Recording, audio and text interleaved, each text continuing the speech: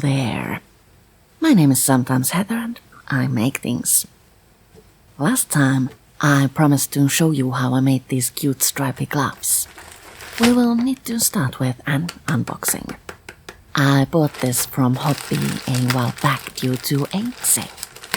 First, we get a candy. I give this to my husband and he gets rid of them. The first real purchase is pink and pretty. This is a superfine sock yarn adorned with pink glitter. I was hesitant about this, but how could I resist a yarn named Halloween Vampire? I tossed one ball into my basket for $1.95. Now that it's here, I love it. It has the perfect shades of pink and black and purple, and since it is a finer yarn, I shall use it for something other than socks. Then I have my basics. I prefer to work with cottons and cotton blends, and I mostly wear black. Hence, the yarn I used most of is black cotton. I got a 10-ball pack at the sale to stash and kinda wish I'd gotten 2 or 3. Love it. Hobbii has a points shop where you can pick up select items for free. I got a pin that says knitting is my therapy. It's precious, but I do wish it came with a safety pin closure. Oh well, I'll put it on a safe place. I totally love this. And last, the thing I really wanted. This is a 4-strand cotton by Cotton Kings. It's called Sultan Shadow. All the yarns in this line start out as pitch black and then fade to delicious reds, blues, greens and yellows. I chose Cherise and it's perfect, I love it. I'd actually like to dig into this right now, but I want to let my blend simmer for a bit. I'll show you what I made with this in the very near future. Let's make the gloves now. I'll also show you how my nail polish deteriorates during this project. So, Halloween Glitter Sock Yarn is a superfine wool blend. With a superwash finish, it is suitable for the rare percentage of people who are allergic to lanolin, namely me. Recommended needle size for this self-striping yarn is 3mm. For once I shall obey.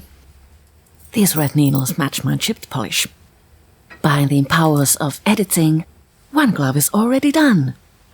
This turned out cute and warm. The stripes are a bit taller than I'd like, but I can live with them. I started from the fingers, worked an upside-down thumb gusset, passed the wrist, added some creases and cast off at the elbow. I started with a black stripe and ended on a plum stripe. This means I'll need to pull out half a stripe to get to the next black one. I'll save this bit for another project. I'll eyeball the same amount I had on the first glove and cast on 44 stitches. 10, 12, 10 and 12. I'll work 10 rounds of 2x2 rib to get started, like so.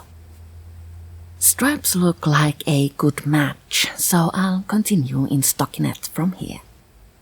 As my pink stripe ends and the grey one begins, it's time to start the thumb gusset. I've explained this process in more detail in a previous video, so I'll not go into full detail here. I worked the thumb on my first glove on needle number 1. I knit 3, cast on 10 stitches more, and then worked the creases every second round. The second glove is a mirror image, so I'll work the thumb on needle 4. Oh, my spatial awareness hurts. Okay, needle 4 it is. I'll work the stitches on the second grey round until I have 4 left. Then I'll pop in a stitch marker to remind me where to decrease, knit 1, cast on 10, work the rest and try to believe I did this right. I'll knit the next round and start the creases on the next, knitting 2 together right before the marker on every second round until I have the same amount of stitches I had before casting on the 10 new ones. So easy. Working a thumb gusset like this on gloves knit from finger to wrist gives a nice, comfy fit. Next incident is the first increase as the next grey stripe begins. I'll work 4 increases in total every time the color changes. So convenient. I'll increase between needles 3 and 4. Make one before the last stitch on needle 3 and one after the first stitch on needle 4. This increases the stitch count by 2, which should allow enough room for my arm. Nail polish is chipping even more at this point. The second increase is worked as a plum stripe begins. I'll do the exact same thing. Make one before the last stitch on needle 3 and one after the first stitch on needle 4.